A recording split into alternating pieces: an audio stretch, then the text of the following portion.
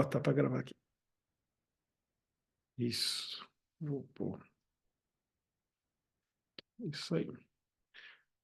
Para quem não está conseguindo aí o som, só queria pedir o pessoal do suporte para escrever aí no chat, é, instruindo como ativar o som aí. Tem que clicar no fonezinho aí, senão vocês não vão conseguir. Para quem não está conseguindo escutar.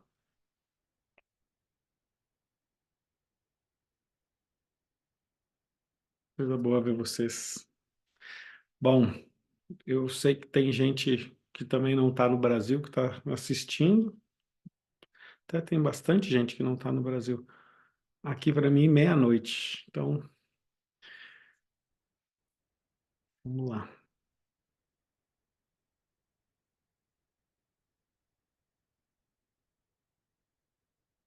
Deixa eu ver todo mundo que está aqui.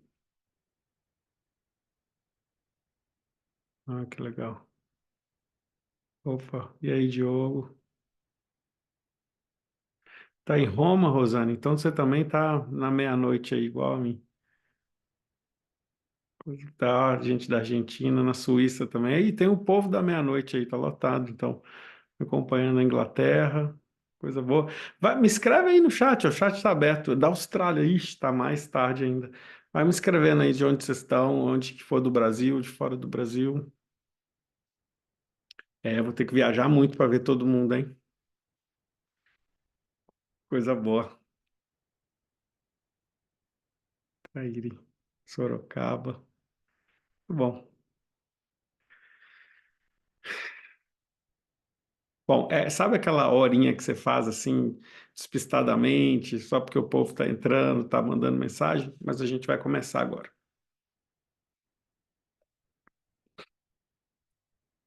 Eu acho que. Ah, Corumbá, Elani. Corumbá eu conheço demais. Fui bastante. Guilherme, meu conterrâneo, Salvador. Olha aí, Ivana de Salvador. Guilherme de Minas Gerais. Então vamos. Bom, vocês estão entrando aí. É bem provável que boa parte de vocês são bem sabotadores, hein? Pelo tema, decidindo entrar, devem estar se sabotando aí danado. Eu tô vendo tua risada, viu? Eu não sei, eu sei que o seu nome tá iPhone, mas eu tô te vendo. Você tá de óculos aí, já deu uma risada que eu tô vendo. Tá de verde. Quem é você de verde que o nome tá iPhone? Escreve para mim. É você mesmo que deu joinha. Vi aí. Aí, ó, eu falei sabotador, já começou a rir. Me diz seu nome aí. Tem muita gente sem conseguir conectar o som. É porque tem que clicar aí. Tem bastante gente sem conseguir conectar o som aqui. Tem umas 20 pessoas que não estão escutando nada do que eu falo. Só pedir aí a Marília para ajudar aí.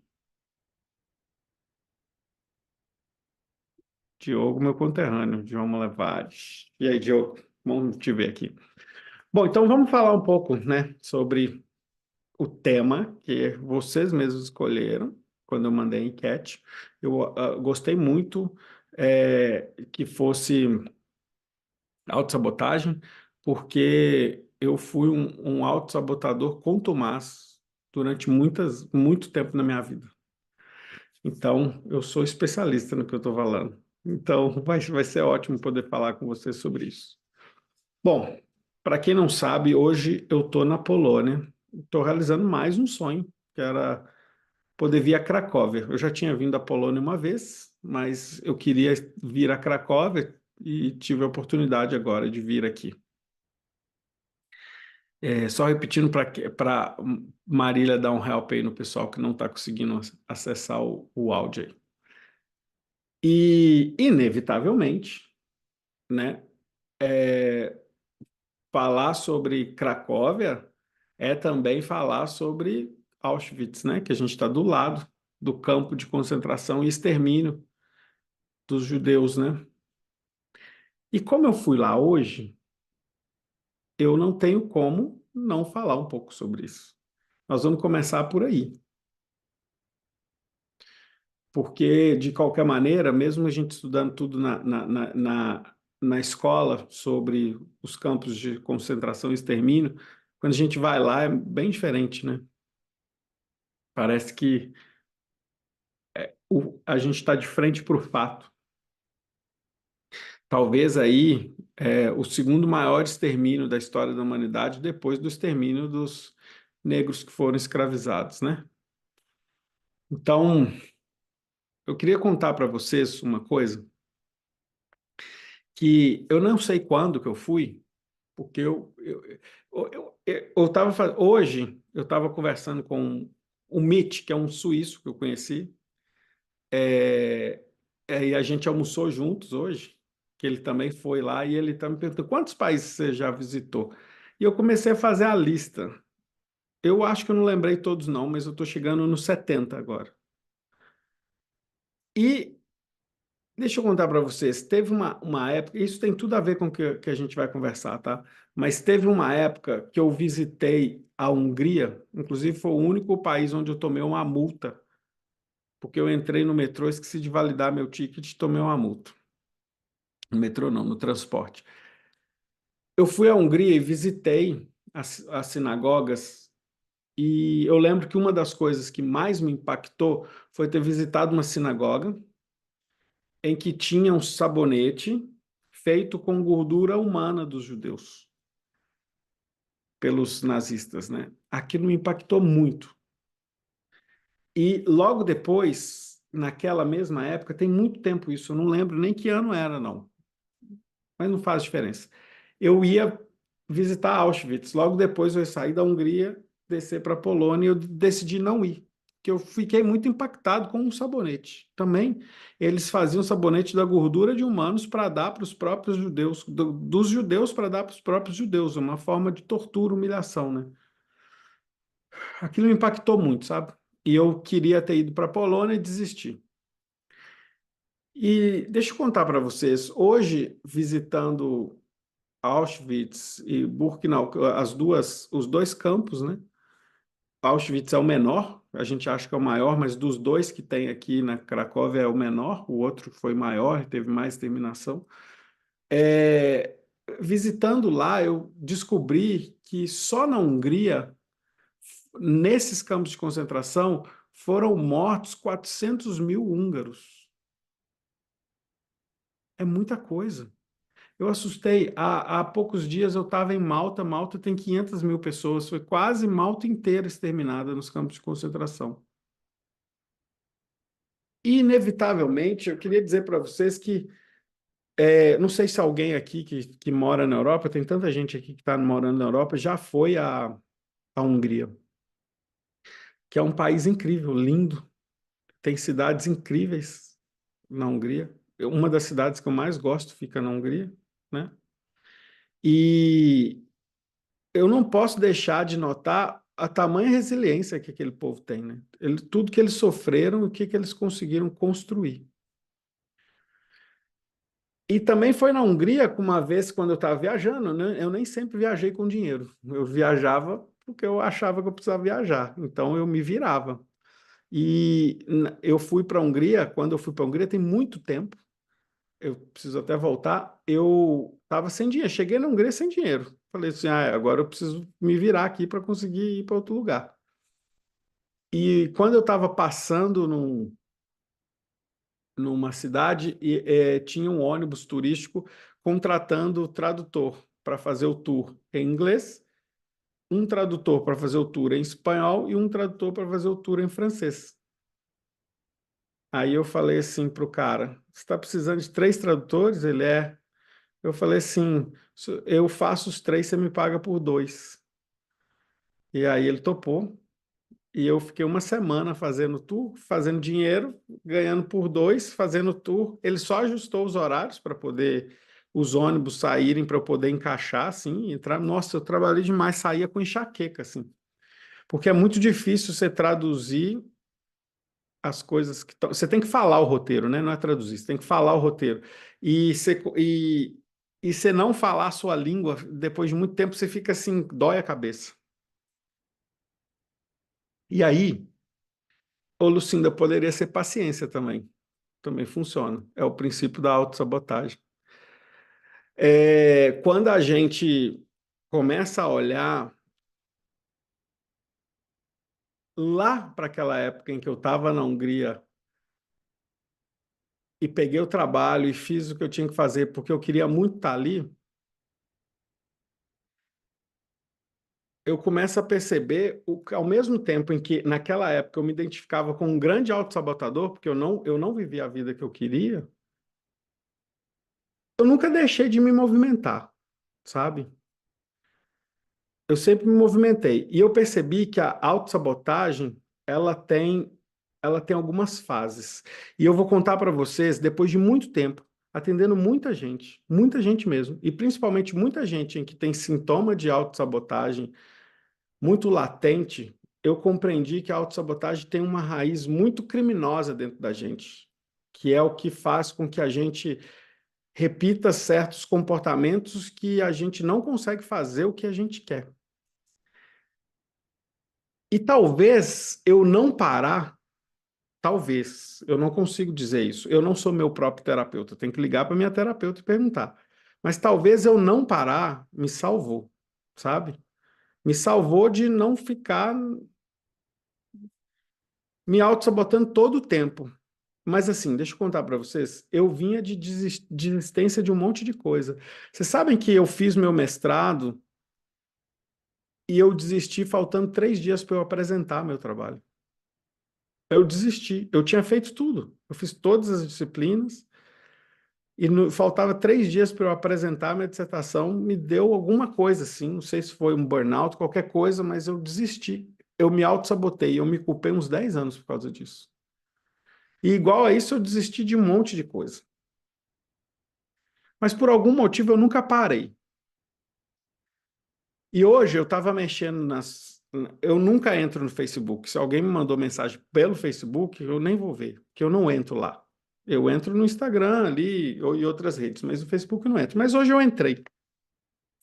E eu vi uma foto de 14 anos atrás, em que eu estava na Argentina, e a minha mãe comentou assim: Ai, quem me dera, meu sonho era poder viajar o mundo assim. E eu estava começando. Não, eu já estava viajando, já viajava um pouquinho, mas na loucura, sem ter dinheiro, viajava de qualquer jeito. E eu falei para ela: Nossa, mas a Argentina é tão barato e tão fácil de planejar, é só você planejar. Há 3 semanas atrás, a minha mãe me mandou uma mensagem assim. Eu estava. Não, 3 semanas, semana passada. Eu estava em Malta e minha mãe me mandou uma mensagem assim: Ah, quem me dera eu poder viajar. A mesma mensagem. E eu vou contar para vocês que isso tem tudo a ver com a origem da autossabotagem, tá? A gente vai chegar lá. E aquelas mensagens repetidas me fez refletir muito enquanto hoje eu estava olhando ali o Facebook e vi essa mensagem 14 anos atrás e lembrei da mensagem que minha mãe mandou 3 dias atrás e eu falei, nossa, vocês concordam que existe uma grande sabotagem na vida da minha mãe? Assim, nem sei se ela entrou aí, às vezes ela entra nas coisas, eu tô falando dela, mas deixa, depois ela me xinga. Mas existe uma grande sabotagem, porque se for o sonho dela, por que que ela não foi atrás?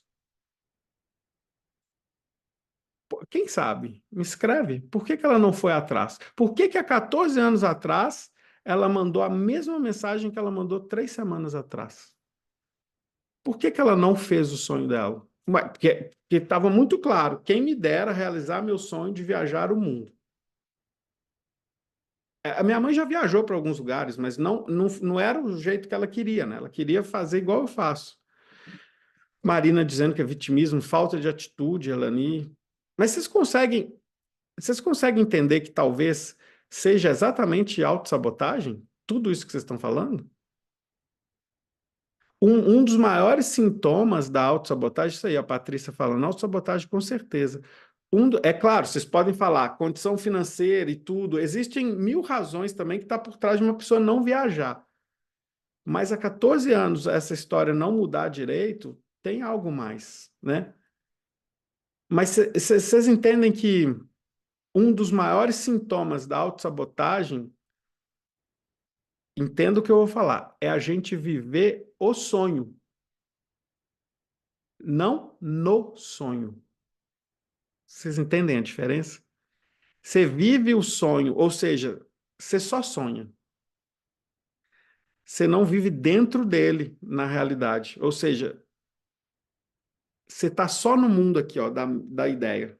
E quando você está só no mundo das ideias, dos pensamentos, ai, se eu vou fazer, um dia eu vou. Cara, a frase que mais me dói é não, um dia eu vou fazer. Isso me dói demais. Me dói mesmo, me dói na alma, assim, essa frase, porque eu sei que a pessoa vai adiar. Agora, deixa eu falar, eu estou olhando aqui de novo para minha colega iPhone, que não mudou o nome dela, não tem problema. É você mesmo que está com a mão na boca. Não tem problema, não. Não te preocupa. Mas eu vou olhar para você agora, porque você é muito caricata. Você faz caras e bocas, e eu vou falar. Imagina só, quando toda vez que você fala assim, eu vou fazer, ah, não, deixa, amanhã eu faço. Não, no próximo eu faço. Você vira especialista em próximo. O próximo acontece quando? Quando acontece o próximo? Lá no próximo, né? Ele nunca chega. Gente, tem gente que me manda mensagem falando assim: ou eu vou fazer um atendimento contigo, mas não vou fazer agora, não, vou fazer depois. Eu até entendo que talvez essa frase seja porque a pessoa está buscando dinheiro, condição financeira para fazer um tratamento. Mas aí passa um ano, essa pessoa me manda de novo. Isso, procrastina mesmo. E aí eu falo, porra, um ano, bicho. E ela continua querendo. Eu fico feliz que ela continua querendo. Mas eu fico triste demais porque ela não se planejou em um ano. Sabe qual que é o problema de lidar com sabotadores? Que eles sabotam tudo. Então, tudo que eu falar, o autossabotador, ele vai sabotar se for bom para ele. A não ser que ele comece a entender o mecanismo da autossabotagem. Às vezes eu estou olhando para baixo porque eu fico vendo vocês, tá? Eu sei que se eu olhar para cá, vai parecer que eu estou olhando para o olho de vocês, mas aí eu não vejo a carinha de vocês, eu adoro ver vocês reagindo aqui, tá? E assim, e eu fui investigando, investigando, investigando. Eu percebi, por exemplo, a Yara falou insegurança e medo. Tudo que vocês estão escrevendo no chat aqui são sintomas da autossabotagem, mas não são a razão da autossabotagem. Eu fui descobrindo no processo que a autossabotagem ela tinha uma raiz muito comum para todo mundo. Eu vou novamente pedir aí o pessoal do suporte só para dar uma dica de novo aí para quem não conseguiu acessar o áudio, tá? E eu já conto para vocês. Calma lá. Tenham paciência, vou falar de novo, né? Vai com paciência. A paciência é a primeira virtude para nos livrarmos da autossabotagem. Então, é isso mesmo, Gerson. Às vezes a gente fica só nessa, só no querer e a gente nunca entra no fazer. Mas a gente não entra no fazer por causa dessa mesma raiz o tempo todo. E aí hoje eu ia passar o vídeo para vocês, eu desisti. Eu vou contar para vocês. Eu vi um vídeo que foi produzido ali no Instagram mesmo, de uma menina que ela vai entrevistar a avó dela. Talvez vocês já tenham visto esse vídeo. E ela pergunta para a avó dela assim: Vó, você casou com um homem que você queria, com um homem que você era apaixonado? E aí a avó fala, não. Aí ela pergunta, por quê? E aí a avó fala assim, porque ele não me queria, e começou a rir. Tá, mas aí você casou de novo. Aí você casou com alguém. Esse homem que você casou era o homem que você queria, que você estava apaixonada? Ela, não. E ele era apaixonado por você? Não. Aí ela perguntou, quantas vezes ele te chamou de linda? Ela, nenhuma. Aí ela perguntou, vó, você queria ter feito uma faculdade? Ela, sim, o quê? Farmácia. Por que que você não fez? Ah, porque não tinha jeito de eu fazer. E aí, tudo que ela perguntou para a avó, e aí eu não sei mais pergunta, eu esqueci, senão eu vou vir inventar, mas tudo que ela perguntou para a avó não fez. Só que a avó, então, toma a prancheta de perguntas e pergunta para a neta dela. Você casou com quem você queria? Ela, sim. Ele é bom para você? Ótimo, senão eu nem casaria com ele. Aí ela fala assim: Você fez faculdade? Sim. Você fez a faculdade que você queria? Sim. E todas as respostas da neta foram sim. E a avó termina falando assim: Então, tudo que eu passei valeu a pena. Puta merda. Isso me impactou tanto. Eu comecei a entender que chega um momento na nossa vida que quando a gente não realiza, só sobra para a gente desejar para a geração futura. Só que isso também é uma fuga. Porque dá tempo, enquanto a gente está vivo, dá tempo. Eu tenho certeza, se eu falar para vocês hoje, falar assim, olha, gente, estou olhando aqui no meu relógio mágico, tem um relógio mágico aqui, bem debaixo de Shakti, e aí eu começo a apontar e começo a falar quantos minutos vocês têm de vida. E a que tem mais minutos vai durar 2 semanas. E não tem jeito de voltar atrás. Eu tenho certeza que vocês vão fazer alguma coisa louca aí, sei lá, sair correndo pelado na chuva, alguma coisa vocês vão fazer. Dançar um tango na ponte com a pessoa amada, não sei, mas vocês vão fazer. Porque, uai, tá acabando. Eu tenho certeza que tá acabando. Eu acredito no relógio do Eric, ele é de verdade. Mas aí a gente não faz, e aí o que que acontece? A gente fica tão engessado em não acreditar que é possível, a gente se auto-sabota, a gente procrastina tudo, que chega um momento que a gente cria uma outra camada, e essa palavra é muito importante, a gente cria uma outra camada de proteção que é o futuro do Brasil são as crianças. É a brincadeira aqui, mas eu estou fazendo para a próxima geração. É uma baita mentira isso. Deixa eu contar para vocês. Antes disso tudo que eu faço hoje, eu comecei a trabalhar com 14 anos de idade, dando aula de línguas. Eu sempre tive facilidade. Com 4 anos eu já falava inglês já. E eu aprendi sozinho. E eu dava aula de línguas já com 14 anos. E lá quando eu tinha uns 19 anos, eu dei aula para uma senhora. Eu acho que eu dei aula para ela de espanhol e de inglês, eu acho que eu dei os dois. E ela, na época, ela já deve ter morrido, porque na época ela tinha 92 anos, 89 anos. Marlene, é o nome dela, 89 anos, quando ela começou. E ela parou comigo, depois foi para outro professor com 92. Então, eu fiquei 3 anos dando aula para ela. Só que eu dei aula para ela de espanhol primeiro, depois ela entrou na minha turma de inglês. E 1 ano e meio depois ela estava falando espanhol fluente. E ela, cara, isso é muito legal, porque ela decidiu fazer faculdade de letras. E ela passou na faculdade de letras 2 meses depois do aniversário dela de 90 anos. Imagina?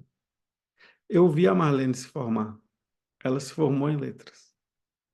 E ela foi dar aula de espanhol. Depois eu não tive mais notícia dela, mas eu lembro dela dando aula de espanhol no primeiro ano dela. Não sei quando ela morreu e tudo, porque eu mudei de estado, né? E não tive mais notícia dela. E você sabe que ela era essa avó também, que nunca tinha vivido a vida dela, até o dia que ela falou basta. No dia que ela falou basta, ela tinha 80 e poucos anos, mas ela viveu alguma coisa que ela queria. Mas o que que impede a gente de viver o que que a gente quer? Hoje eu vou explicar para vocês como funciona a fisiologia do corpo a partir da medicina mais antiga do mundo, de uma maneira que vocês vão entender. Ou seja, deixa eu traduzir. Eu vou explicar como funciona como é o funcionamento energético do corpo, mas não é assim, energia, blá, blá, blá. Isso é baseado numa medicina, na medicina mãe de todas as medicinas. Está escrito nos textos medicinais, né? Está escrito nos textos em que os médicos que se formam na Índia estudam. Então, não estou falando assim, tudo é energia. Porque, ó, desculpa, eu sei que talvez tem terapeuta que trabalha com isso aqui, mas se tem uma coisa que eu tenho preguiça desse tal nome de física quântica. Por quê? Deixa eu explicar para vocês por quê. Porque quando eu fiz faculdade, vocês nem imaginam a faculdade que eu fiz. Antes de estudar Ayurveda na Índia e tudo, eu fiz faculdade de letras. Porque eu adorava tentar entender como os seres humanos falam e comunicam. E na faculdade de letras eu comecei a estudar sonoridade das línguas. Então eu fui para a faculdade de física para estudar física acústica, mesmo estando na letras. E eu via o povo da mecânica quântica estudando, A gente nem tem noção, a gente não tem nem capacidade de começar a entender o que que é isso e a gente acha que a gente faz terapia e tudo é quântico. Eu tenho preguiça, mas se você quer usar, tudo bem. Eu não vou usar esse nome. Para mim, é, são terapias, né? Eu não vou falar de, isso é terapia quântica. A pessoa que fala isso tem certeza que ela não tem nem noção do que é quântico. Até mesmo Deepak Chopra nem deve saber, porque ele não é físico, é muito complicado de entender. Mas o ponto é que, quando eu falo desse mecanismo de energia, eu vou trazer para vocês o que é, primeiro, a raiz da autossabotagem. Alguém imagina por que você autossabota? Todo mundo. Gente, isso é com 100% dos meus pacientes sabotadores. Por que vocês acham? Escreve, vamos dialogar aqui no chat aqui. Só não vou abrir o microfone, porque senão vai virar um carnaval e não vai dar. Mas escreve para mim, por que vocês acham que a gente sabota? Qual que é a razão? Qual que é a origem? Medo de fracassar, insegurança, medo. Isso tudo que vocês estão falando é sintoma. Baixa autoestima, medo, ego, isso tudo é sintoma. Tira no ego que eu acho que medo de crescer, crenças, chegando. Falta de confiança, muito bom. Deixa eu contar para vocês. Lealdade aos ancestrais, muito bom. Deve ter alguém aí da constelação falando. O povo da constelação tem essa pegada mesmo. Deixa eu contar para vocês. A gente auto-sabota porque a gente tem certeza, isso é uma certeza. Ela pode ser quebrada, mas ela é uma certeza, tá? A gente tem certeza de que a gente não merece. Ponto final. Acabou a aula, tchau para vocês. Mentira. Mas é isso mesmo. A gente tem certeza de que a gente não merece. O porquê são outros 500. Cada um é cada um. Mas a gente tem uma certeza muito firme de que a gente não merece. E por a gente ter certeza de que a gente não merece, a gente nunca faz. Ô, gente, cá para nós. Eu vou ser muito sério para vocês, tá? Vocês acham que em algum momento da minha vida, eu ia abrir a conta lá do painel que a gente usa na empresa, lá, e ver que tem 1 milhão na conta? Vocês acham que algum dia na minha vida eu acreditei que eu ia ver isso? Eu achava que o máximo que eu ia ganhar. É sério, isso é sério. Deixa eu contar para vocês. Eu comecei a trabalhar com 14 anos, eu ganhava R$ 3 a hora da aula. Olha só, exploração infantil, hein? O dono é meu amigo, eu conheço ele, de João Molevade, mas ele me pagava R$ 3 a hora, olha que absurdo.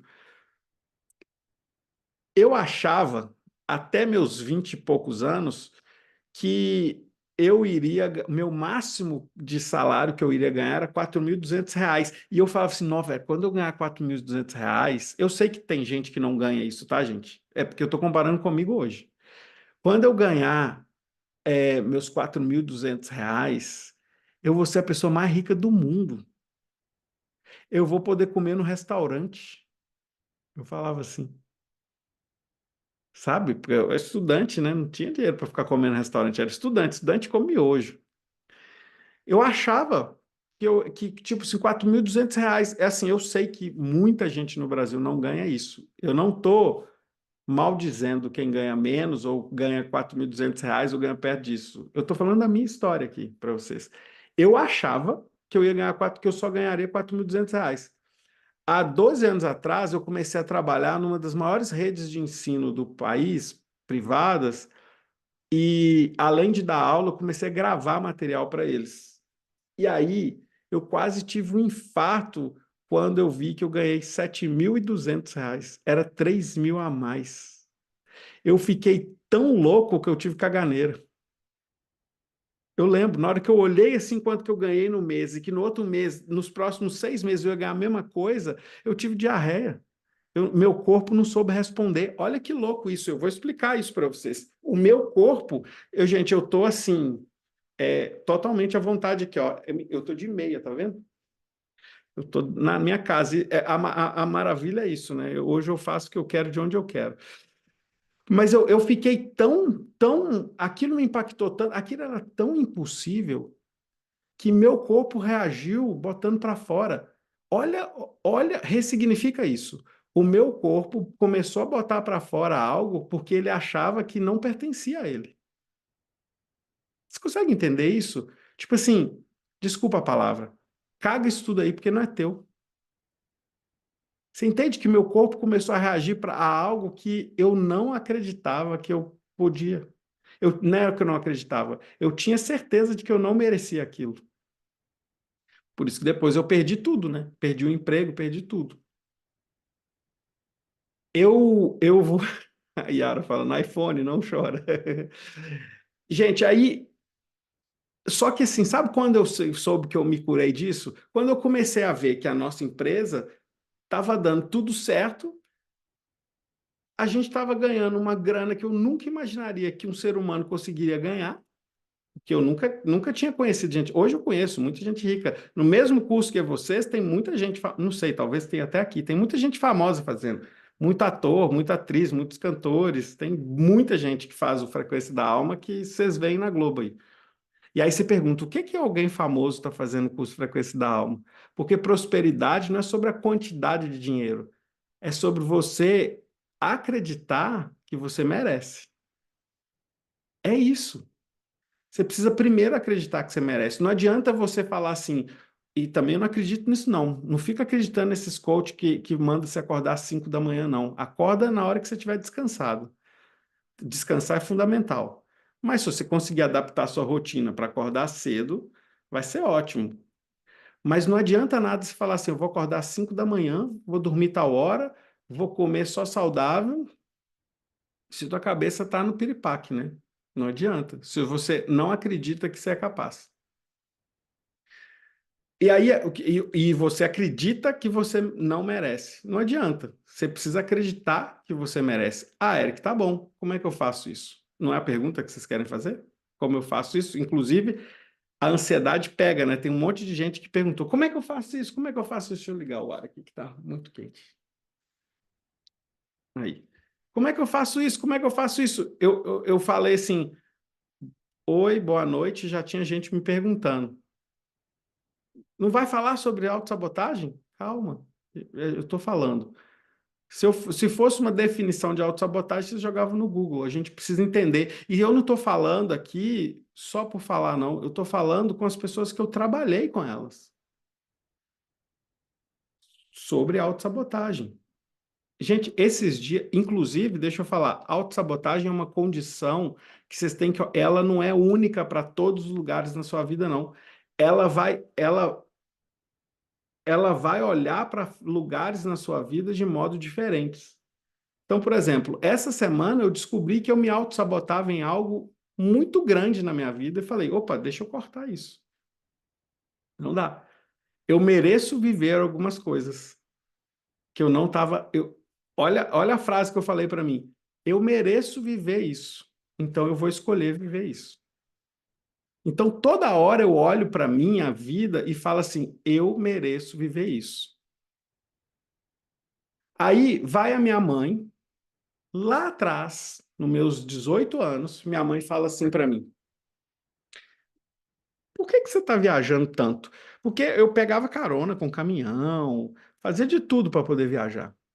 Na verdade, a minha mãe viu uma angústia em mim. E ela me perguntou: por que que você está fazendo isso? Por que que você está viajando tanto? Eu sei que é legal, não estou te criticando, não. Pode viajar mesmo, é meu sonho. Mas o que que você está buscando? Eu falei: ah, mãe, não sei. E minha mãe disse assim: mas eu sei.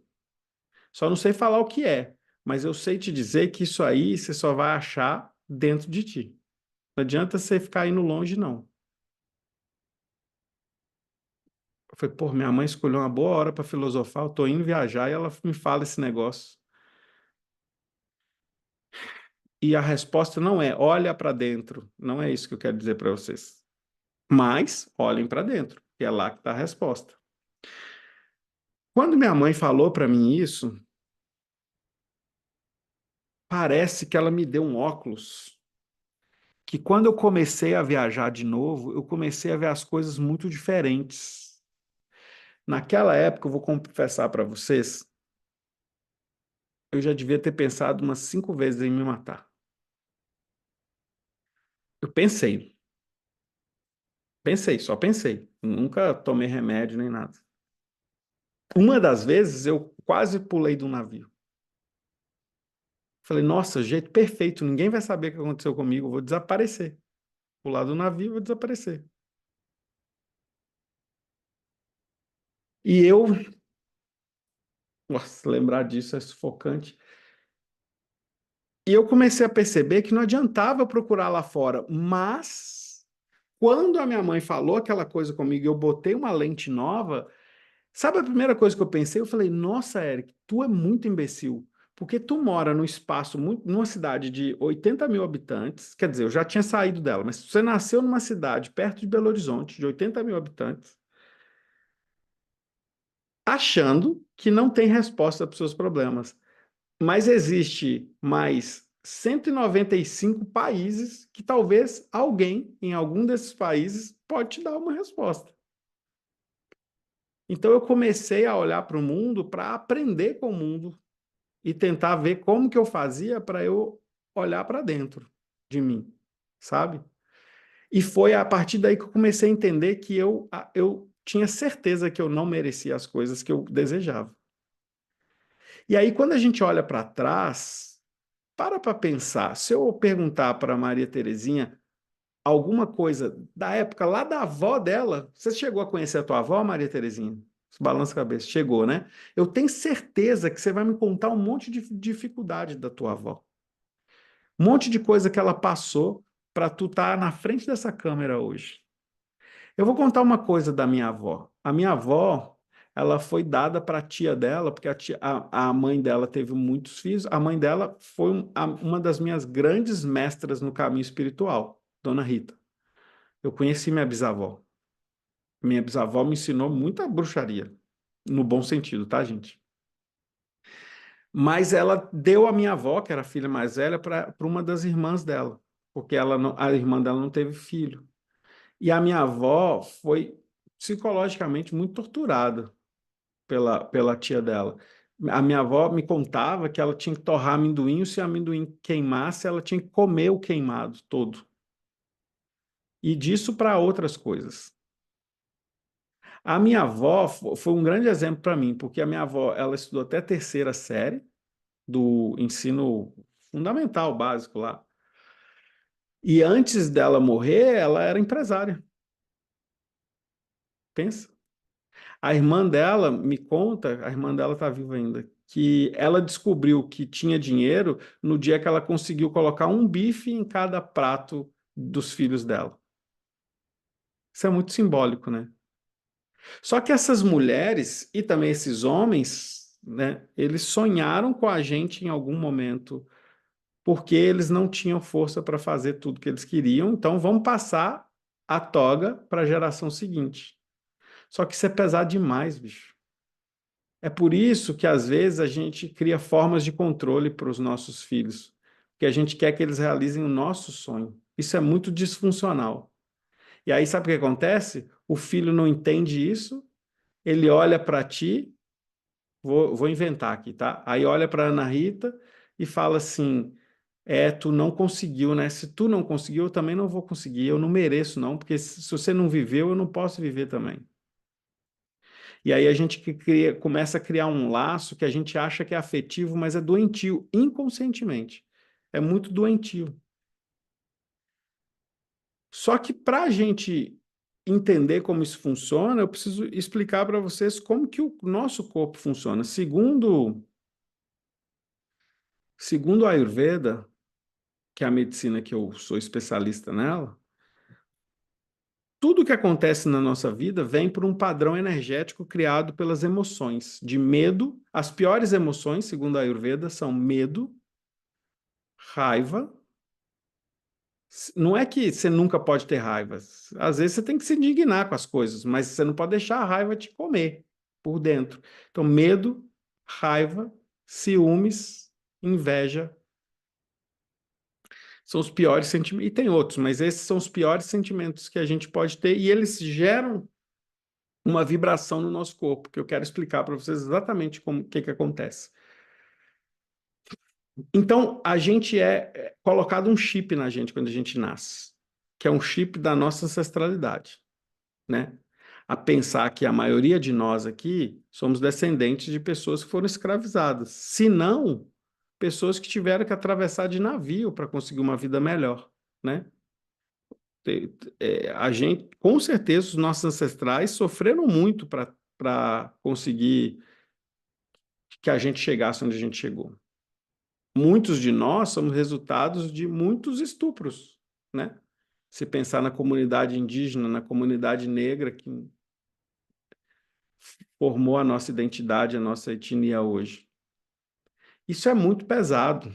Então a gente já vem com essa carga desse chip que a gente precisa dar conta dele, né? E aí a gente olha para trás e a gente se culpa interiormente, lá no subconsciente, da gente poder.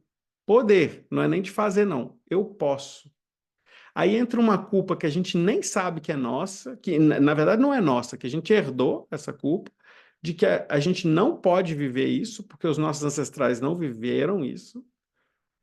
E aí a gente olha para a gente e fala assim: não, se eu não posso viver isso, e eu tenho algumas coisas que eu poderia estar vivendo, mas eu não posso, então eu tenho certeza que eu não mereço.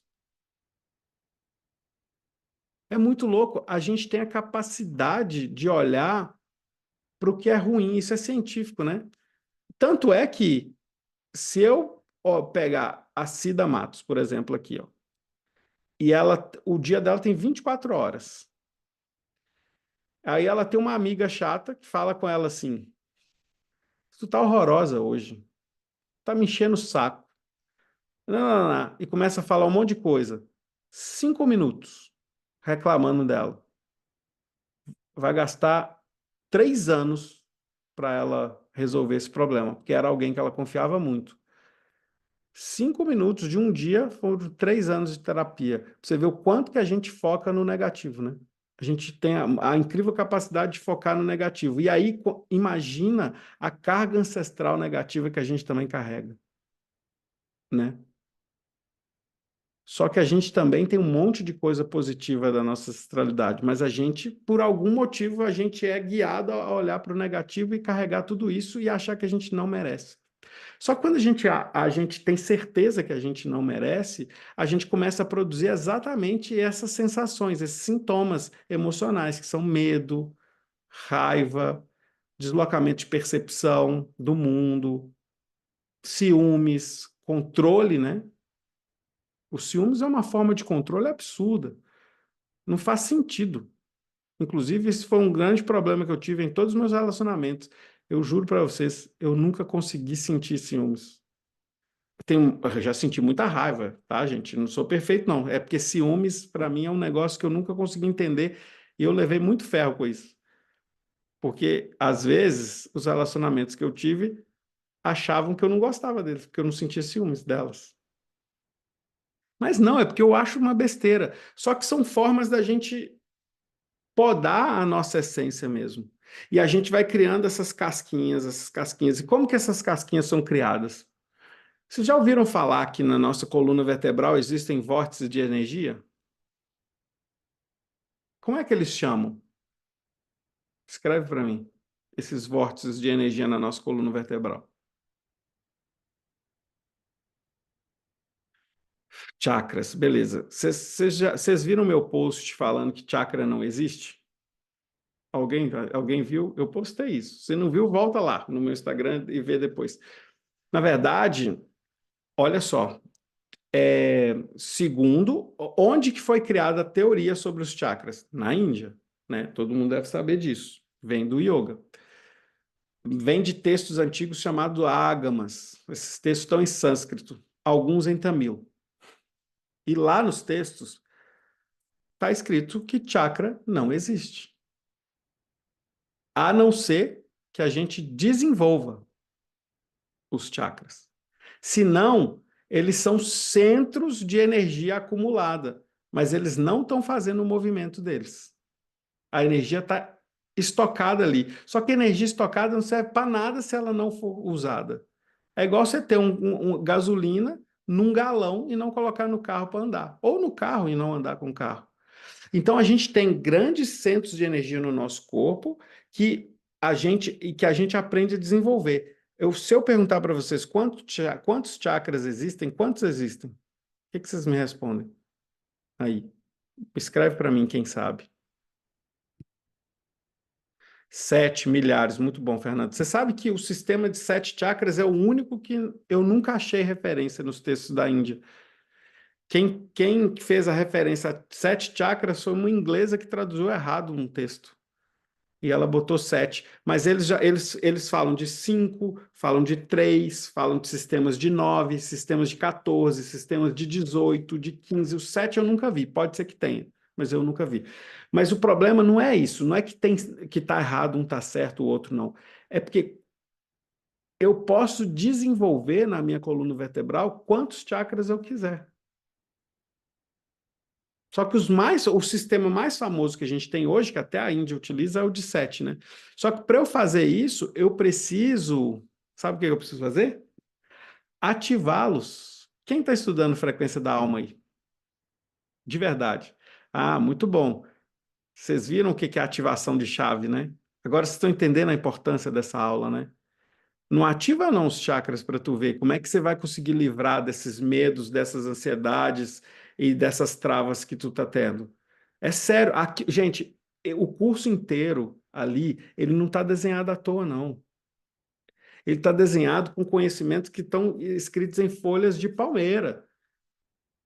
As pessoas reclamam comigo. Por que você vende o curso que você ganhou de graça? Eu não entendo por que vocês acham que eu ganhei de graça. Eu viajei para a Índia um monte de vezes, gastei um monte de dinheiro para estudar, para comprar livro, o povo acha que eu ganhei de graça. E se eu tivesse ganhado, o que tem?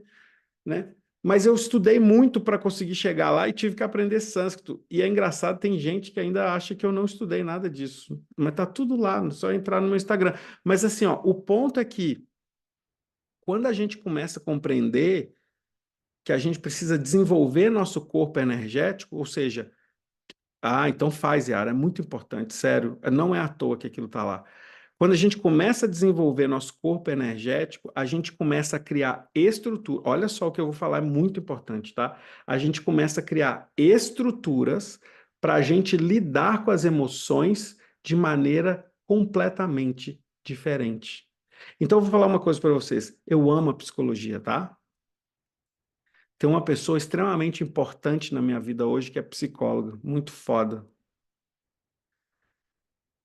Eu amo psicologia, mas deixa eu falar para vocês, se a psicologia não olhar na perspectiva do corpo energético, a gente nunca vai resolver os problemas emocionais na raiz. Nunca. Você pode até colocar ele longe em algum momento, mas vai ter uma hora que ele vai voltar. Então a gente precisa primeiro ativar esses centros de energia. Quando a gente ativa esses centros de energia, sabe o que eles começam a fazer? Vai ficar gravado. Eles começam a tocar nos centros emocionais, que na teoria descrita nos ágamas são chamados de vridis. Vocês já viram que os chakras são desenhados como pétalas de flores? Isso é só para representar as propensões emocionais da mente. Então, tudo que a mente cria fica energeticamente alocado na tua coluna vertebral. E isso vai reverberar para o seu corpo inteiro. Inteiro. Às vezes você está com uma dor no seu cotovelo. Para quem estuda comigo, as terapias do frequência da alma, porque isso que vocês estão fazendo são autoterapias. Eu também ensino a você ser terapeuta da frequência da alma. Eu ensino como você localizar a história da pessoa a partir do subconsciente dela ou a partir do toque que você põe na pele dela, no pulso dela, em qualquer lugar. Porque o que está ali nos chakras, eles começam a reverberar pelo corpo inteiro e essas dores emocionais se alojam no corpo e elas podem criar doenças físicas. Então a gente precisa mexer nisso, mas para mexer nisso, lembra, são emoções. Essas emoções vieram de uma sensação de que a gente deve alguma coisa e de que a gente não merece outra coisa. Então a gente precisa mexer nessas estruturas. é diferente para cada um, mas o caminho é o mesmo para todo mundo. Como você vai reagir a esse caminho que muda a história. Estão me entendendo? Então, basicamente, o que eu estou querendo dizer para vocês é o seguinte: o curso chama Frequência da Alma, o curso que alguns fizeram e outros ainda não fizeram, aqui, ó, puxando a orelha de quem não fez, chama Frequência da Alma, porque a gente vive no emaranhado frequencial o tempo todo. A nossa coluna vertebral, ela é magnética mesmo. Dá para medir o magnetismo dela. E no nosso corpo acontecem fenômenos a partir da nossa digestão e da respiração que a gente começa a exercer uma força de energia magnética ao redor da nossa coluna. E para a gente fazer com que isso circule de uma maneira saudável, a gente precisa trabalhar esses chakras. E aí vem a sabedoria da Índia. A Índia criou várias técnicas para a gente desenvolver isso. Só que eu não estou dizendo que a resposta é você começar só a meditar e ativar essas chaves. Eu fiz um curso para vocês, que é um curso para vocês começarem a mexer com a energia de vocês e, ao mesmo tempo, começar a abaixar as barreiras que vocês têm. Abaixando, abaixando, abaixando, abaixando, abaixando, abaixando, abaixando, abaixando. E aí,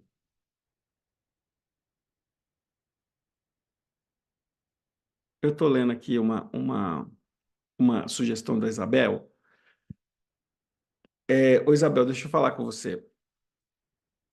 A gente tem eu aceito sua sugestão, mas a gente tem uma necessidade de urgência, mas a gente ficou 30, 40, 50 anos nos condenando e não acreditando que a gente é capaz, bloqueando nossa energia, criando camadas e camadas e camadas para proteger o nosso ego, para que ele não seja ferido, e a gente quer achar que com 7 dias a gente vai resolver tudo na vida. Isso aí é para você praticar para o resto da tua vida. Então você não perdeu tempo, você ganhou tempo. Só continuar praticando. Continua, continua, continua, continua, vai fazendo. Eu faço esse exercício todos os dias. De ontem para hoje, eu não consegui dormir.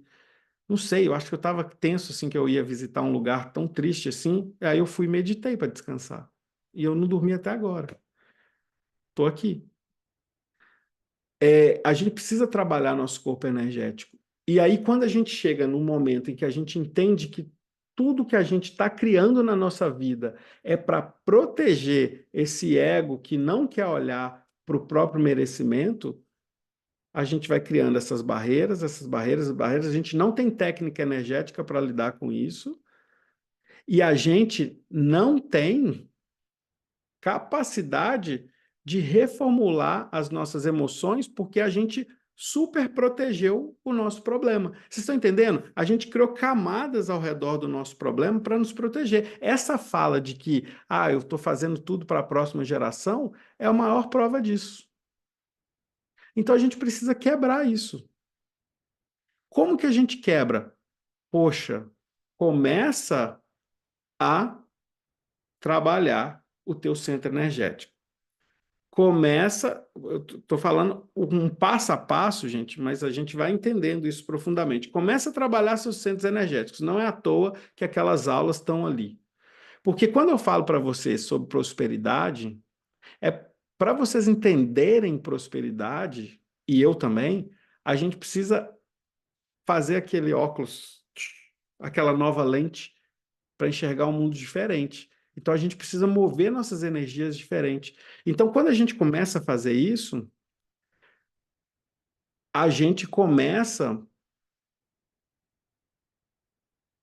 a tocar essas camadas e ir descascando essas camadas aos pouquinhos, né?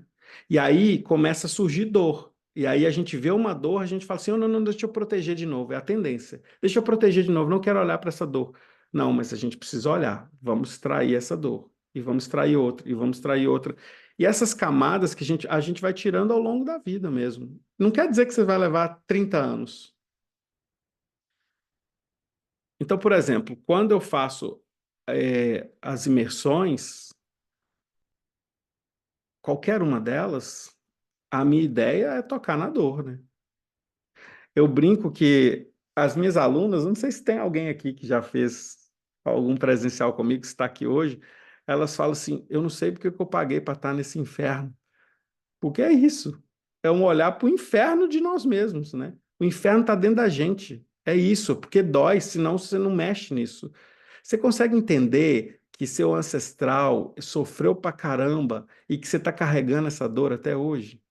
E se você não olhar para isso, você nunca vai resolver? Você consegue entender que toda vez que você foi preterida por um namoradinho ou uma namoradinha, você carregou isso? E aí você continua achando que você não merece? Você consegue entender que aquela avó do vídeo que eu contei a história para vocês teve que casar com alguém que ela nunca gostou, que o cara foi incapaz de falar para ela uma só vez que ela era linda? Isso cristalizou nela. E aí, no final, ela fala assim: então valeu tudo a pena? Tadinha, eu não vou tirar dela essa fala, mas isso mexeu. Ah, a Letícia tá aqui, ó. Ela já foi no evento, ó. Ela tá falando aí, transformador, mas é um inferno mesmo.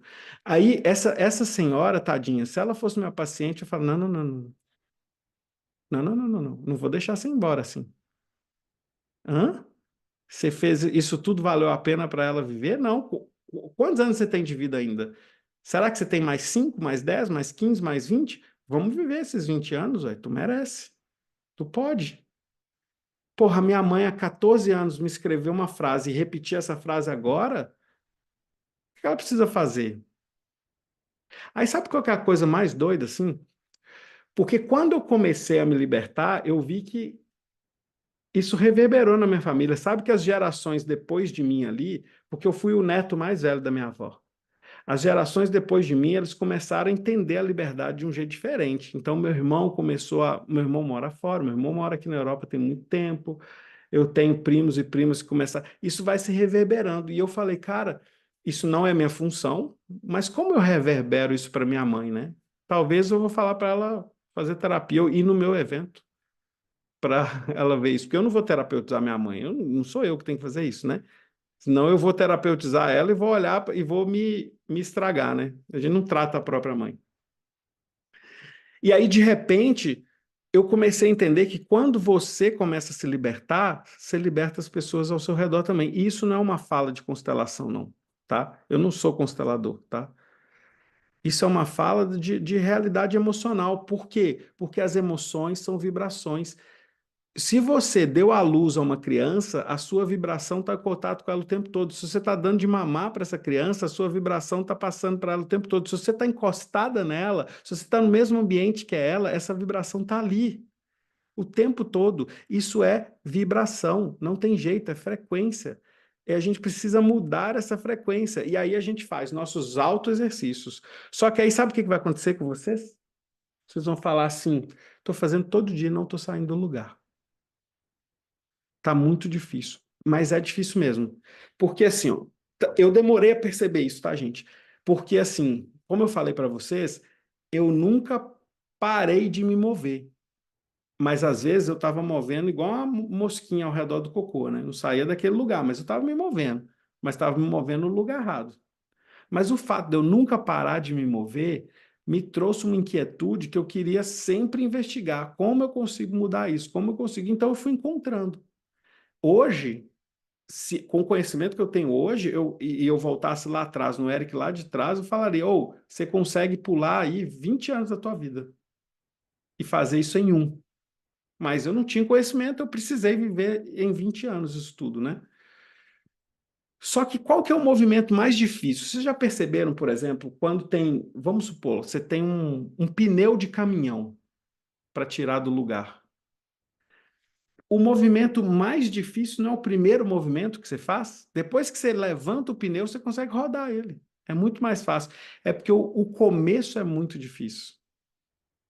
Esse começo, você levantar esse pneu, que é você começar a mover essas estruturas de uma maneira mais firme, é o que te faz desistir, porque é o caminho mais difícil.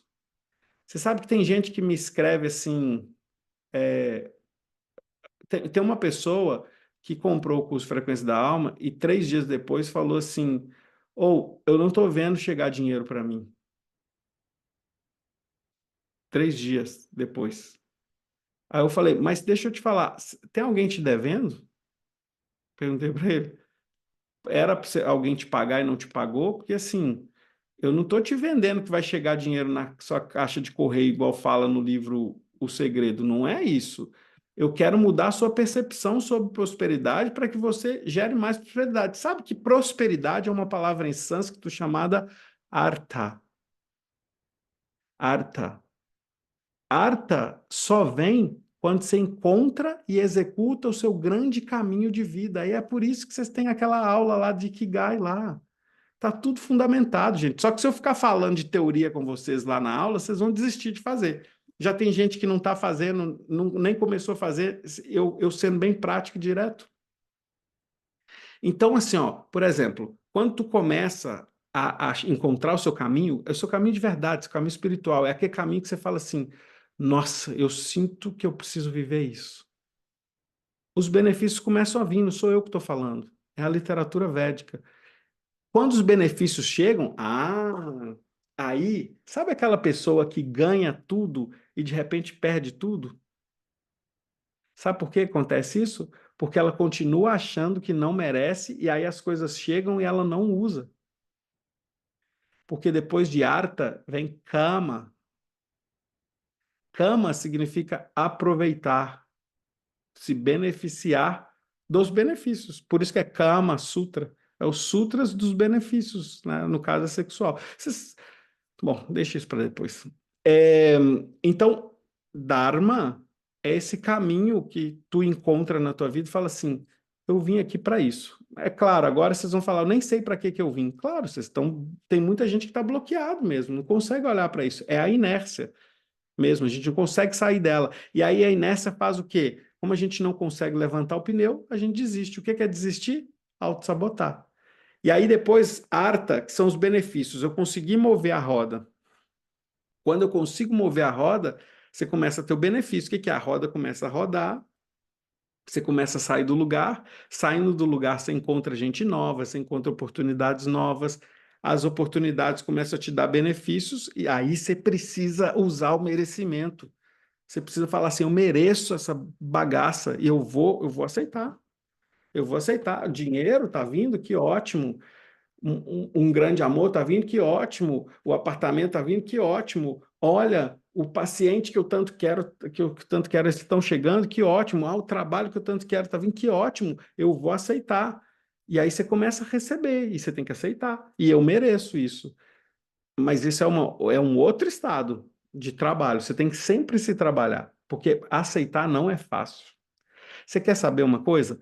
Quando alguém te elogia, eu vou virar e falar assim, deixa eu escolher alguém aqui, né? Falar assim, ô Beatriz, seu cabelo é tão bonito. A Beatriz aqui, ó, seu cabelo é tão bonito. Eu tô fazendo a gente, minha irmã de cabelo aí, ó. Seu cabelo é tão bonito, sabe o que que ela vai falar? Ah, o seu também. Por que que ela vai falar isso? Porque ela quer me elogiar? Porque ela não sabe receber. Por isso que o exercício de receber, só receber gratuitamente, é muito difícil. A gente faz um elogio, a gente tem muita dificuldade de aceitar e a gente tem que falar algo imediatamente. A gente até mente. Nossa, você tá linda hoje, a outra pessoa tá um trubufu e você fala, você também. Porque você só precisa devolver o elogio logo para ele não ficar contigo, você não aceita aquele presente, né? Aí eu falo assim, poxa, Érica, adorei sua franja. Aí ela vai falar assim: ah, adorei seus cachos. Não adianta, não aceita ficar com o elogio. Entende? Aí é outra prática que a gente precisa. Então, quando a gente começa a aceitar, vem o famoso crescimento espiritual. Aí cá para nós. Vocês vão continuar acreditando que crescimento espiritual e crescimento material andam afastados? Quem pôs você aqui na Terra no meio do material foi Deus? Ele errou? É outra crença, né? Quanta gente fala para mim assim, nossa, você não devia trabalhar com o que você trabalha, mas eu falo assim, meu, eu só sei atender as pessoas na profundidade espiritual, na profundidade da alma. Se eu não trabalhar com isso, eu não vou trabalhar. Você quer que eu faça o quê? Vendo picolé e na hora livre eu atendo as pessoas? Não tem jeito, esse é meu trabalho, é o que eu sei fazer bem. E por fazer bem, eu quero que as pessoas possam vivenciar. Então, assim, eu sei que é difícil, é porque as pessoas geralmente, olha só, quantas pessoas falaram aqui que não nem começaram o Frequência da Alma, né? A Elani tá, como aceitar o elogio? Fica em silêncio. Recebeu, fica em silêncio. Aceita o elogio. Ri e fala para você assim: nossa, eu sou linda mesmo. Pronto.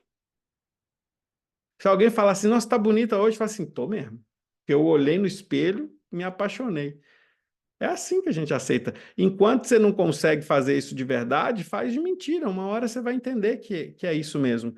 Na hora que você começar a aceitar elogio, você vai ver que todo mundo vai começar a te ver mais bonita, ou mais bonito, mais interessante. Porque não tem coisa mais ruim do que você elogiar uma pessoa. Tipo assim, ó, vamos lá. Vou elogiar alguém aqui, ó. Peraí, vou pegar aqui, ó. Deixa eu ver. Já a Beatriz já foi. A Andréia. Eu falo assim, nossa, André, essa blusa branca tua linda. Comprei baratinho na Renner. Quantas vezes vocês viram isso? Né? Muitas vezes, né? Ela não pode simplesmente falar assim, poxa, fiquei tão sexy nessa blusa, tá todo mundo me olhando. Aceita.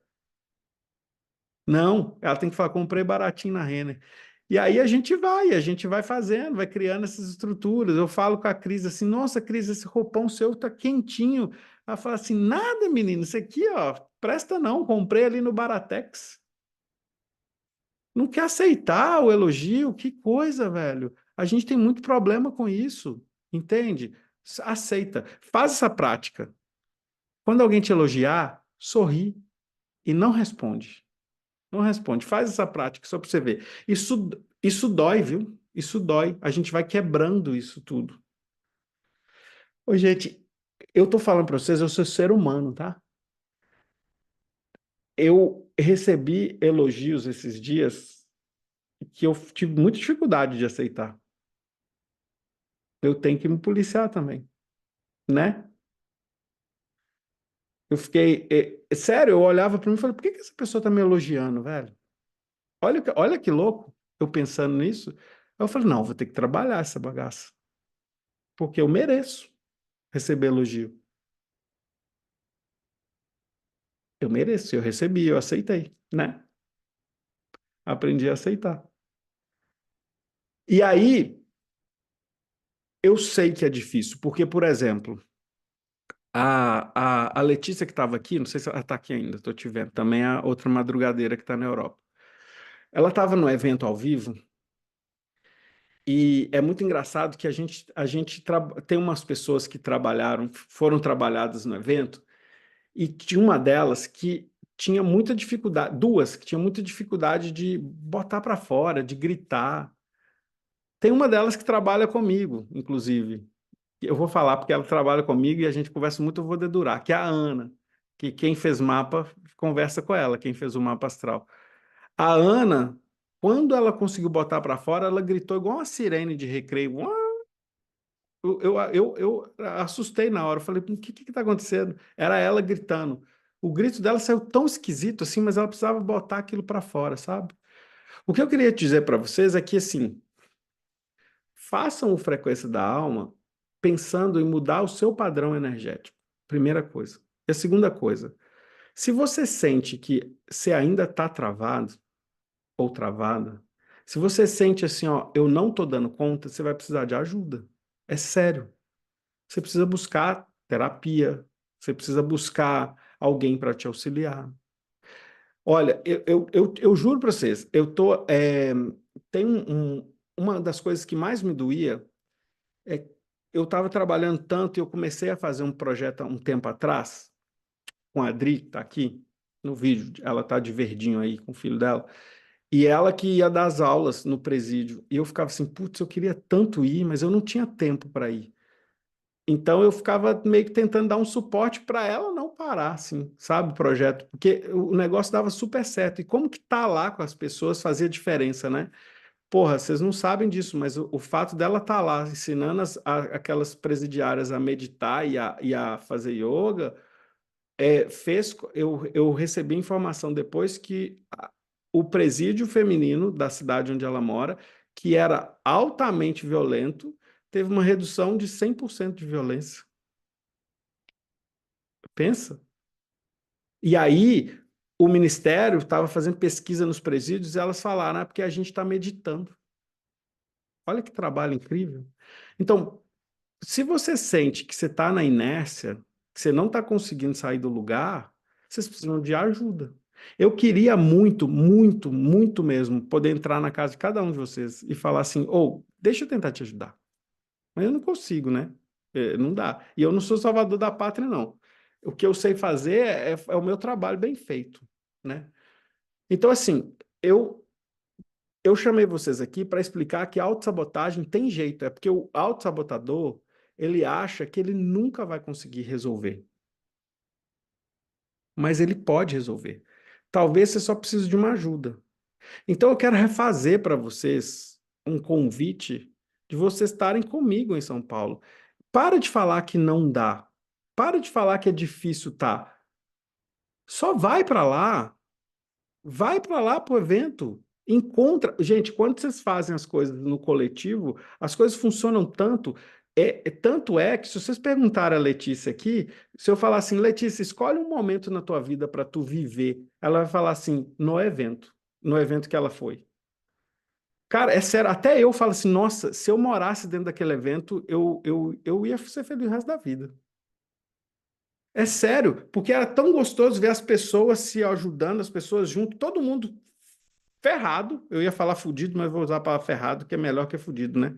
Então, todo mundo ferrado, querendo se melhorar, vendo no problema do outro um espelho, mas ao mesmo tempo tendo a generosidade de acolher o outro, que cada um chorava num momento diferente, assim. Então, assim, você quer ser ajudada? Vai, bicho. Te dá a chance de ir lá, saca?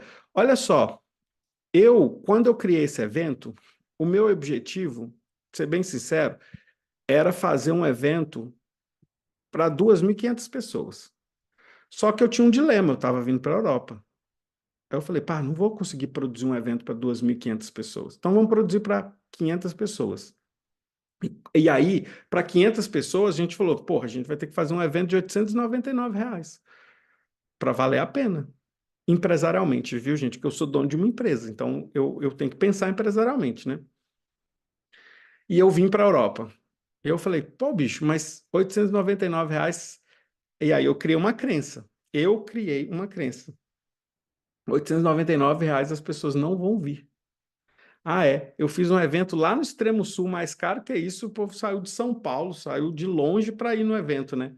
Aí eu falei, não, mas vamos abaixar. Aí eu fiz o ticket a 499 para vocês irem, né? Aí o Denis falou assim, Eric, a gente não precisa mais pagar esse evento, o evento já se pagou. Ah, então vão abrir o evento a 499 e a pessoa ganha 2 ingressos. Eu falei, tá bom, vamos fazer isso. Só que assim, eu estou fazendo isso para vocês estarem lá. Sabe, quando você levanta essa roda assim, ó, pum, e começa a fazer ela girar? Tu precisa levantar a roda para girar. E se você não consegue sozinha, para de tentar sozinha agora. Vai encontrar outras pessoas que tá todo mundo ferrado junto. Eu também tenho as minhas partes ferradas, e vocês vão ver no evento. Eu falo muito, deixa eu contar para vocês, tá? Vocês vão saber exatamente de onde eu saí.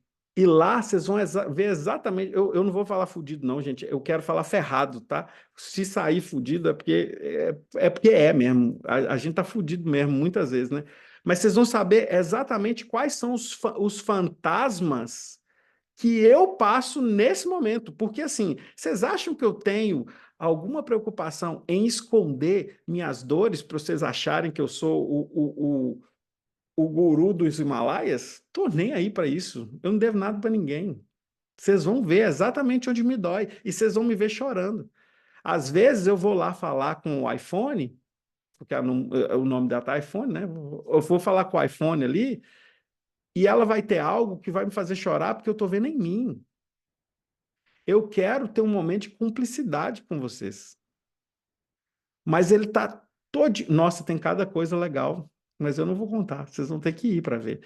Mas, assim, ó, o meu primeiro objetivo lá é fazer vocês entenderem exatamente quais são os pontos que vocês estão honrando de dor dos seus ancestrais.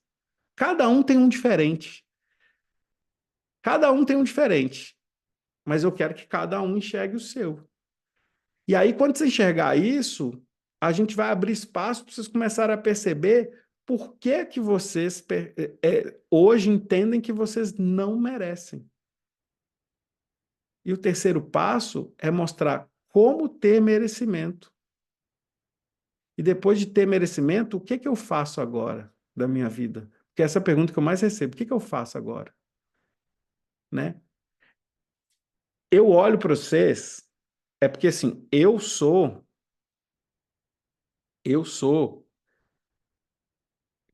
adulto quando eu estou sendo terapeuta, mas eu sou uma criancinha quando eu estou sendo terapeutizado, né? Eu também tenho, eu faço terapia também. Todo mundo precisa fazer, todo mundo precisa, tem o seu momento em que você tem que melhorar muita coisa. Mas quando eu estou no evento, eu fico pensando assim, cara, só tem criança ali embaixo. É engraçado, o choro é de criança, o desespero é de criança. Só que aí, na hora que vocês jogam na lógica, vocês querem ser adulto de novo, mas não, liberta isso.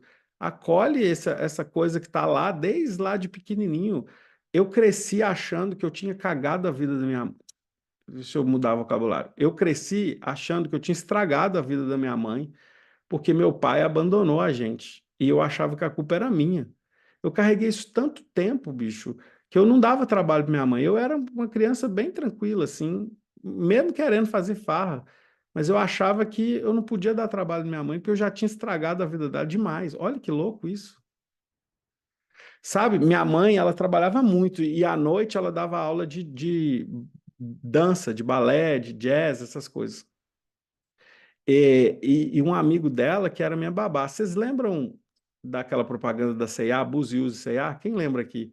Os juvenis não vão lembrar, não, mas quem lembra faz assim com a mão. Aquele negão que falava Abuse e Use C&A, vocês lembram disso? Ele que era minha babá. Ele ficava me cuidando. Para mim era tudo bem, até ele começar a falar, porque a voz dele era muito grossa, eu tinha medo, eu chorava. Porque ele tem aquela vozeirona, né?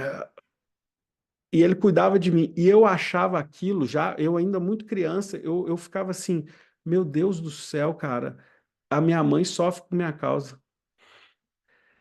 Eu chorava quando eu via minha mãe chorando, porque eu achava que era por minha causa, o Sebastião da CA. Pensa bem que e eu carreguei isso por muito tempo. E por conta disso, eu achei que eu não merecia as coisas, porque eu tinha estragado a vida da minha mãe, eu não mereço ter uma vida boa. Não faz sentido nenhum. Não, não é o Lafon. Não faz sentido nenhum, nenhum, nenhum, mas na minha cabeça fazia. Vocês sabem o que que não está fazendo sentido na cabeça de vocês hoje? Não, nem eu. Não dá. Mas vocês também não sabem. Vamos abrir essa cabeça. Vamos fazer acontecer. Só que assim, ó, o meu jeito de fazer acontecer, vocês vão ver minha fraqueza. Eu duvido que no momento que vocês começarem a me conhecer de perto, vocês vão me ver como um super-herói. Não vai. Eu só trouxe um conhecimento que nem é meu. Eu fui estudar, fui buscar. Mas eu colocar minha vulnerabilidade ali é para mostrar para vocês que eu estou em constante processo de evolução também. Deixa eu contar para vocês. Tem alguém muito importante chamado Nelson Mandela, que ele fala que o nosso medo mais profundo não é o de sermos inadequados. Nosso medo mais profundo é que somos poderosos além de qualquer medida. É a nossa luz. Não as nossas trevas, o que mais nos apavora. Descobrir, gente, a nossa luz é apavorante, porque a gente descobre que a gente não tem limite. Mas Mandela continua: quem sou eu para ser brilhante, maravilhoso, talentoso e fabuloso? A gente não se deixa, né? Mas na realidade, ele completa: quem é você para não ser? Porque você é filho e filha do universo. Você aí que não está vivendo seu sonho, se fazer pequenininha, não vai ajudar o mundo. Ninguém ganha luz se encolhendo. Você acha que quando você se encolhe, as outras pessoas vão ficar mais seguras, porque vai te ver pequena, porque você pensa que se você crescer, todo mundo vai ficar inseguro com o seu tamanho. Mas não, você precisa crescer, as pessoas precisam te ver também como referência. A gente nasceu para manifestar a glória de Deus que está dentro da gente. Mandela falando e eu mexendo no discurso dele ainda. E não está em apenas um de nós, está em todos nós. E conforme deixamos nossa própria luz brilhar, inconscientemente damos às outras pessoas permissão para fazer o mesmo. E conforme nos libertamos do nosso medo, nossa presença automaticamente libera os outros. E vai chegar um momento que a sua estrela vai brilhar tanto que você vai ser o norte no céu. Sabe aquelas estrelas que todo mundo que foi ver Jesus Cristo nascer se guiou por elas? Então é isso. Você vai ser uma estrela tão brilhante que as pessoas que estão te vendo, elas começam a se inspirar em vocês. Vocês acham, gente, eu também não fico com falsa modéstia, não. Vocês acham que as pessoas não mandam mensagem para mim e falam assim, cara, queria ser igual a você? Eu falei, que ótimo, então vamos começar a movimentar. Vai dar. Você não vai ser igual a mim, mas você vai sentir a grandeza que eu sinto hoje. Eu tenho sabedoria hoje suficiente para entender que eu não sou nada no universo. Ao mesmo tempo, eu estou aprendendo cada vez mais a entender que se eu me olho como algo individual, eu sou um universo gigante. Dentro de mim moram milhões de bactérias que dependem de mim para sobreviver. Mas ao meu redor moram várias pessoas que dependem do trabalho que eu faço. Lá atrás, para quem assistiu a última aula que eu dei ao vivo, lá atrás, eu disse para vocês que eu comecei nas terapias porque um dia eu neguei atender um telefone. Não atender, não. Eu neguei encontrar com uma pessoa que me ligou. E essa pessoa se matou no outro dia. E eu falei assim: puxa vida, eu sabia que ela estava mal, por que que eu não fui? Eu fiquei muito tempo carregando esse peso. Hoje, o Frequência da Alma está no mundo inteiro, em 3 línguas diferentes. Gente do mundo inteiro me manda mensagem.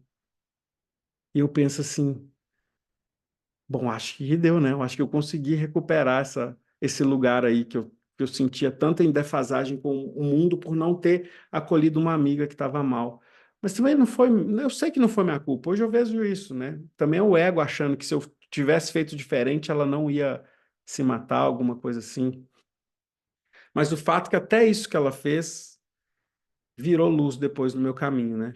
E toda vez que eu faço algo incrível, eu honro a Annelise, que ela foi uma grande luz na minha vida. Incrível, né, gente? É o privilégio de eu ter um trabalho que me ajuda também a resolver minhas coisas e é um trabalho para mim. Ontem, você sabe que ontem, anteontem, 4 dias atrás, eu estava numa mesa jantando com 7 pessoas, cada uma de um país lá em Malta. E eu em silêncio, todo mundo falando, falando, falando. Aí no final, eu não bebo, né? Mas eles estavam bebendo, mas não estavam bebendo muito. Aí eles começaram a falar de vários problemas. Aí eu comecei a falar assim, então, isso. E comecei a apontar vários problemas, assim, que eles não estavam enxergando. Aí eles viraram para mim e falaram assim: eu não sei se a gente está bêbado do vinho ou das coisas que você falou. Aí eu falei assim, então, bem-vindo ao inferno, tá na hora de se atravessar, ou do deserto, eu gosto dessa palavra, né? Cristo, os 40 dias de deserto de Cristo, né?